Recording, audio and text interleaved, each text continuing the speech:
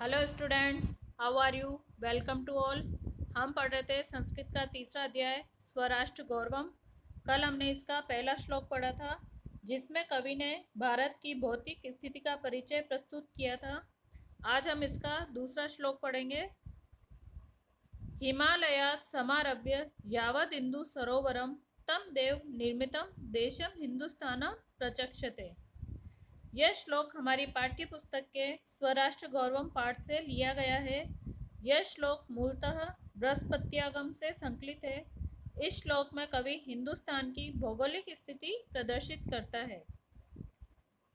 हिमालय समारभ्य, हिमालय पर्वत से लेकर, समारभ्य यानी प्रारंभ या लेकर, हिमालय पर्वत से लेकर इंदु सरोवरम यावत, इंदु सरोवर यानी हिंद महासागर, हिंद महासागर तक यह देश स्थित, जो देश स्थित है, देव निर्मितम, देवताओं द्वारा रचे गए, तम देशम, उस देश को, हिंदुस्तानम प्रचक्षते, हिंदुस्तान कहते हैं।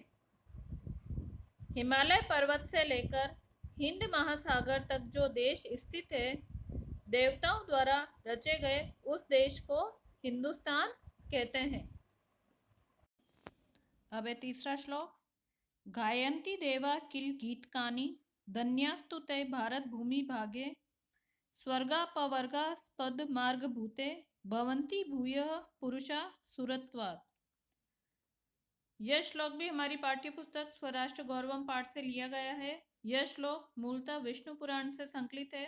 इस श्लोक में कवि भारत भूमि के महत्व का वर्णन करता है। देवा किल गीतकानि गायन्ति, किल यानी निसंदेह, निसंदेह देवता गीत गाते हैं।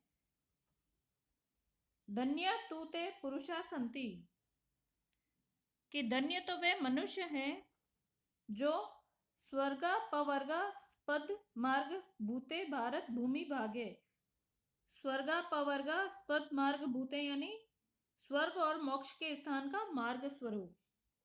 धन्य तो वे मनुष्य है जो स्वर्ग और मोक्ष स्थल के मार्ग स्वरूप भारत भूमि भागे सुरत्वात् भूयः भवन्ति, भारत भूमि के भाग में देवत्व के कारण बार बार होते हैं।